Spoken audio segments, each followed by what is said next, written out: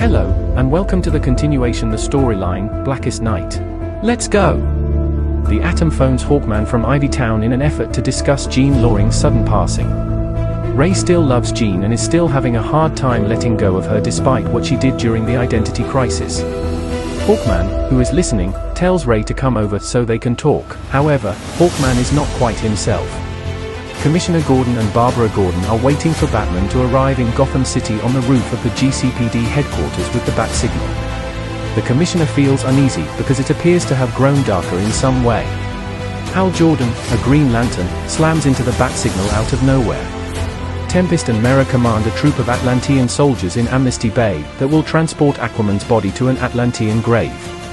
But when they get to the grave, they discover it isn't buried.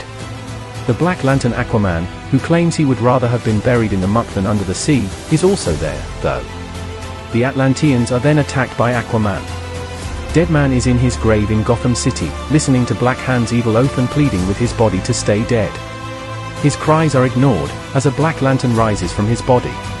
A pair of Black Lantern rings travel to the graves of Hank and Don Hall, the first Hawk and Dove, in Washington, D.C. The rings attempt to enlist them, but Dove's ring cannot awaken him because he is at peace. Hank Hall, however, does not have this issue.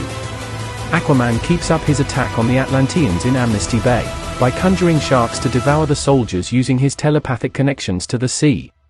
However, Tula and Dolphin, Garth's deceased former lovers, offered Aquaman more assistance. Mera breaks Dolphin's skull when Tempest uses his magic to freeze it, but Dolphin is able to regrow it. Mera is subsequently struck by Aquaman, who then hurls her into a parking lot. Then, Tula triumphs over Garth, killing him by ripping out his heart. Then he becomes a Black Lantern by donning a Black Lantern ring. Mera runs away after realizing she is outnumbered. The Spectre, Blue Devil, and Zatanna have been gathered by the Phantom Stranger to the Gotham City Cemetery to look into Deadman's. A Black Lantern appears out of nowhere. Then Pariah from the First Crisis delivers Crispus Allen a Black Lantern ring. When the ring is attached to Allen, the Spectre is suppressed, and Allen is transformed into a Black Lantern. Black Hand notices this and says that the Guardian of Death is stronger than even the wrath of God. Hal Jordan regains consciousness and approaches Commissioner Gordon at the police department in Gotham City. Flash Barry Allen is still engaged in combat with John Johns the Black Lantern in a chemical plant. The plant explodes as a result of Hal ramming the Commissioner's car into it, and Barry dodges the explosion to stop the fire from spreading.